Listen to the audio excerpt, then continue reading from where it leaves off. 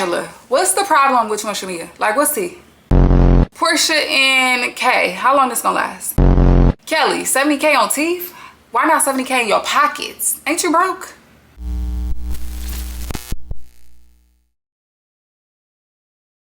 What's up, y'all, and welcome back to This With The News. If you are a returning subscriber, thank you so much for coming back to watch my videos. If you are new here, please like, comment, and share this video and join the family. Thank you. So today we will be recapping the Real Housewives of Atlanta season 17 episode 9. They did not disappoint, so let's get into it. So the episode starts off with them arguing still, like the tail end of the argument, and they saying, you know, don't fucking play with me. Okay, they both getting pulled off into separate areas, screaming different things.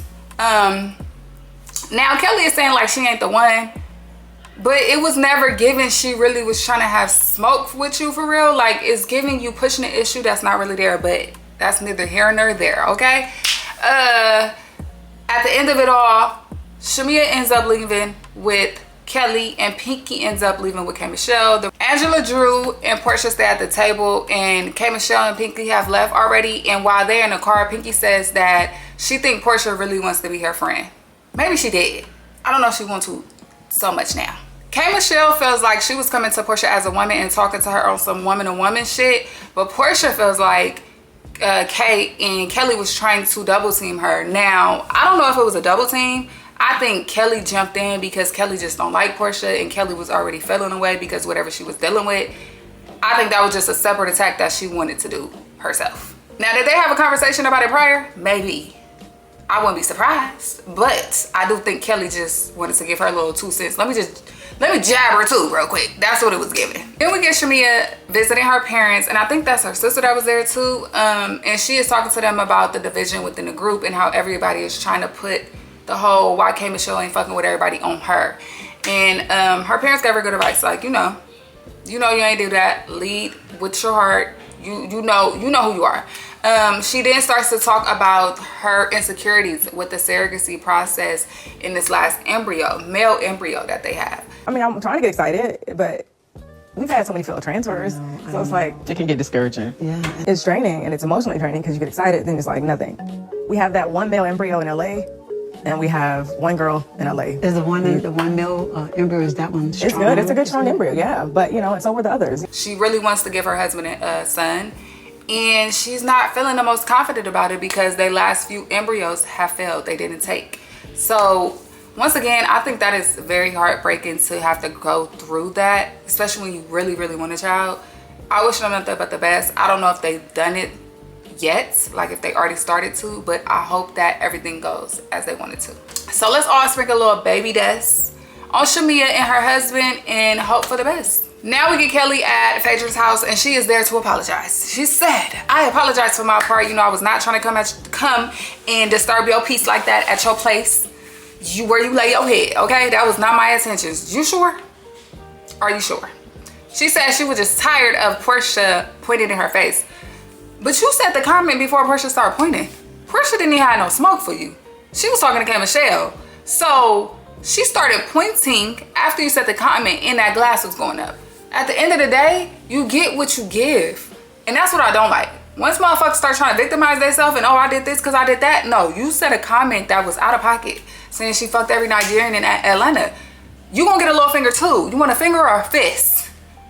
Oh, okay. She also says she's not interested in being Porsha's friend, and she don't think they would ever make up. And she kind of took a dig at when Porsha said the 265 days line. And every single time and time again, Kelly always get fan. It always get fan, like she was a fan of the show. There's one thing of a person or a new cast member who has watched the show previously and one who was a fan. And she's giving a fan. No shade. And another thing, black women, please stop touching your face. Y'all do not need all that Botox. Y'all do not need all that filler.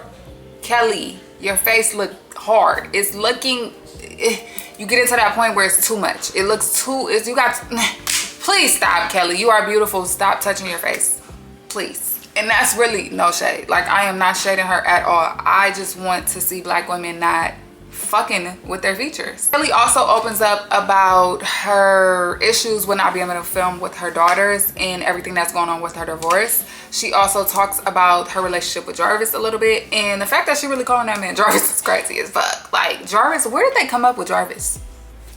Like, who put that on the board? Anybody want to claim that? Because what? But kudos to you and Jarvis. Like, I'm all for everybody finding love. Kelly need love too, okay, boo? She said she ain't gonna never bring him around a group. You might not want to. You know, Porsha fucking people, man. I'm just playing, y'all. I'm just playing. Now we get Pinky at her daughter's photo shoot. She is the face of Milano Rouge Kids line. If y'all don't know who Milano is, she is Meek Mill's baby mom. I don't like referencing people as Meek Mill's baby mom, but y'all know. Y'all know who Meek Mill is. So, her brand, Milano de Rouge, is very, very popular. Shout out to her. Now, while the photo shoot is going on, Cynthia and Angela do come. Angela also brings her daughter. Love that. Black girl joy. Okay, they look beautiful. Pinky daughter is killing it. She got her own little attitude going on. That's so cute. Now, they step off to the side, and Pinky and Angela fill Cynthia in on what happened after she left, because y'all know Cynthia was there, but she left early. Now, they retold the story pretty truthfully. Angela says she don't know why her and Shamea are like going at it. She felt like they in a fucked up place right now, and she said that Shamea is bringing up old shit. But Angela, you are too, and that's what I don't like. Like, you are also bringing up shit that has nothing to do with you. Every single second, Angela is talking about Porsha and Shamea's falling out. And it's like, bruh, that has nothing to do with you. We know Angela a little messy. Like, you being messy and it's not taking the way you want it to take. And I really don't have no notes with Angela for the most part. You feel me? She could read a bitch down. She kind of mind her business for the most, well, I don't know about mind her business. I don't know about mind her business. But she don't really come for people unless they come for her. But this thing with Shamea is very questionable, because I'm like, what's the problem for real? And I also don't feel like it's old shit, because Shamea feels like Angela, one, is trying to say that Shamea is who started the whole K. Michelle thing against the group, which is not true. And K. Michelle stated that wasn't true in front of Shamea and the rest of the group in Dallas. And then also, she feel like Angela's trying to stir up this shit with her and Porsha. Like, she keep trying to bring it up. So honestly, is it old shit? Not really. Her and Porsha still like cool, so that's very present. I do want to point out that I like that Pinky and Angela mended whatever they was, even though they was cool like right after throwing all them motherfucking slangs. They threw all them bars at each other and it was cool right after, but seeing that they actually kind of building a friendship, I love that. Okay, because yeah, read a bitch down, but I'ma still show up to your daughter photo shoot with my daughter, and you know, black girl joy. So love that. Angela says that she is going to have a one-on-one with Shamea, and that ain't gonna go good at all. Forewarning. Now Kelly is at the dinner. She is getting a $70,000 smile, new $70,000 smile gifted to her by her man Jarvis. Now, correct me if I'm wrong, but if I am having financial struggles, am I going to go get my teeth done for $70,000, even if it ain't coming out of my pocket? Probably not. Give me $70,000. Matter of fact, double it, nigga, and put it in my pocket. Okay?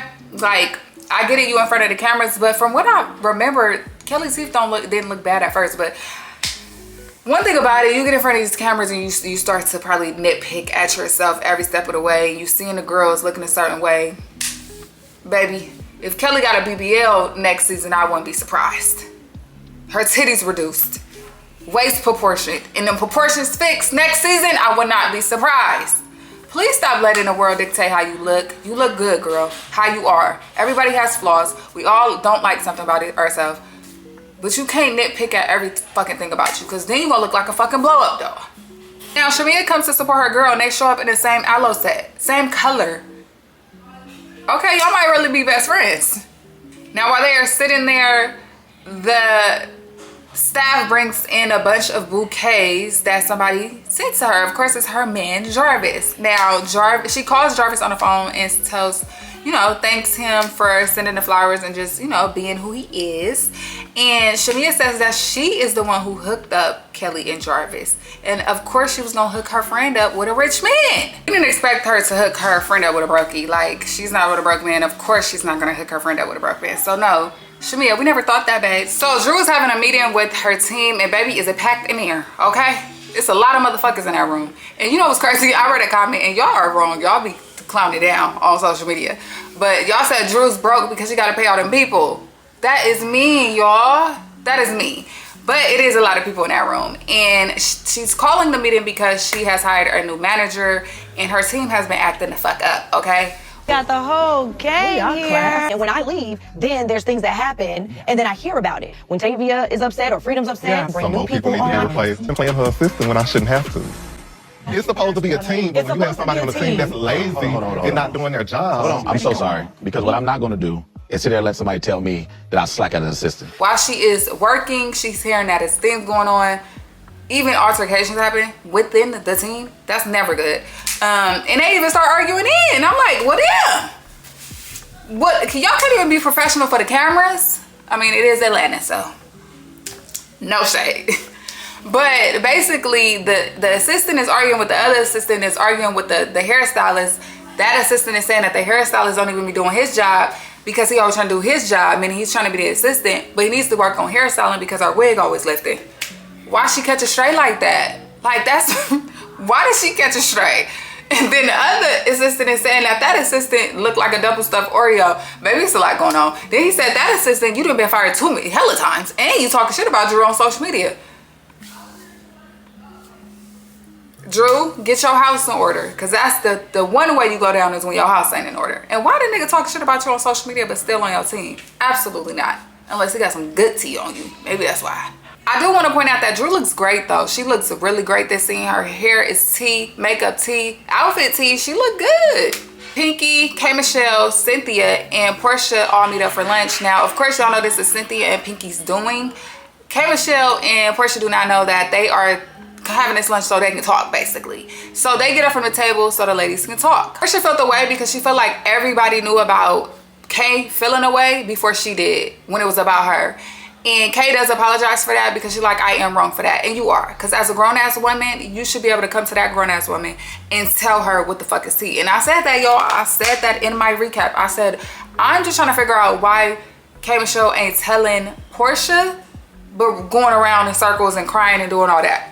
And even though I did say I think she was doing that because, of course, this is a business trip for Cynthia. She's not trying to create super drama. But you had a whole argument with Drew. So that's all out the window once you do that, you know? K. Michelle tells Porsha that she was threw off upon the first meeting. The first sit down she had with Porsha, she said Kelly allegedly slept with a married man. Now, if y'all watch that clip back, K. Michelle did look directly into the camera and she looked through the fuck off. So I can see where it'll start turning. Cause she like, if she gonna throw this bitch under the bus like that, she probably gonna do me the same way. Porsha feels like K. Michelle shouldn't be basing the problems with them off of the problem she has with Kelly. And that's true as well. I think it's just like, once again, I think it's just cause all the women keep saying it, Kay, you gonna find your footing. Like you just trying to, you know, get comfortable with the group, you gonna find your footing. And Porsha even says that in his scene. But I think that's what it is too. K. Michelle has so much PTSD from Love and Hip Hop, and you know, that was a very different show that I feel like she is aligning herself with Shamea and Kelly because they seem the most genuine. And I'm not saying that they're not. I'm just saying I think she is on guard because of the shit. And honestly, I'm tired of talking about K. Michelle being on guard. Like, I need some more shit to happen so we can get off the K. Michelle being on guard, and maybe she can loosen up if the shit get off of her.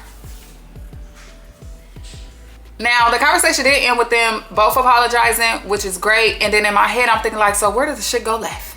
Because in present day, K. Michelle was on a press run talking crazy. And not super crazy, but she is having things to say about Porsha. So I'm like, what the fuck is going on now? I thought y'all was cool. Ain't that your friend? Ain't that your... Maybe not. And time again, I have questioned why she has so much energy for Drew that she didn't have for Porsha. Every time she talks to Porsha, it's very mild. It's very... we here with it, talking to you as a woman, and with Drew was like, and now, my theory now, because I have seen it a little bit, I feel like she wants to be friends with Porsha. I feel like she actually likes Porsha. I don't think she liked Drew.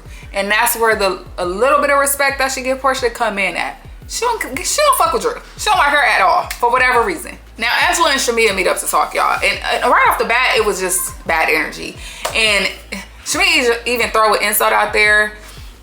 And it kind of rolled off Angela's shoulder. She didn't even really give a fuck too much about the insult, which was funny as fuck because she was very calm. I don't know if they clipped it like that to make it look like that, but she just didn't give a fuck. So Angela tried to slick throw the Porsha thing in there again, and Shamea like, I'm not talking about Porsha, and she's like, it's not about Porsha, it's about you. And technically it is about Porsha, because if we talk about this incident, when it goes back, because you're gonna take it back, it's gonna look like I was talking about Porsha and this shit. And clearly at that very moment, they didn't want to talk about anything between them two. Now it do look like it get a little spicy, because we did get a little still to come in the season. So they is gonna finally have altercation, Porsha and Shamea, which I can't wait to see. But yeah. Now, Shamea did make a few points, and while I really don't have a side in this beef per se, because I like them both for different reasons, I do think that Shamea made great points when she said that Angela was able to forgive Porsha for saying she wanted to fuck her husband, and to forgive Phaedra when she made up that whole scheme and plot about her husband sleeping with somebody and having somebody come and slip that tea out. So what's the issue with Shamea? Like, I think that's a very valid question, and questions that need answers. Andy, get on your Zoom for the reunion, because why are you able to forgive the girls who, like, you literally forgiving a girl who says she want to fuck you, or she would fuck your husband, whether it was a joke or not? That's extreme. So what is it? What's the issue? Please, what's the issue, y'all? Do y'all know? If y'all know, drop it in the comments, please. So the conversation ends with them slanging insults. I'm talking about left to right. Shamea is saying, your man outside, he don't want to be with you. And Shamea is saying, no, but you be outside all the time because my man see you when he outside. That was a backhand read, because you kind of slapped yourself too. Just saying. Angela calls her man a Sasquatch and says she know why she don't want to be outside, and she said the face don't lie. Angela she be reading down, I'm not gonna lie to her. She be reading down. Shamea gets up and walk off and leave. Angela sits there still asking if they ordered the food. I feel you though, because baby, I'ma eat too. But that was pretty much the end of the episode. It was a cool episode. We got some relationships mended and some not much, not really. Yeah, so I don't know. We'll see what's more to come next week. If you made it to the end of this episode, please drop a purple heart below. Don't forget to like, comment, share, subscribe, and hype the video up so more people enjoy our family. And I'll see you guys next time. Bye, y'all.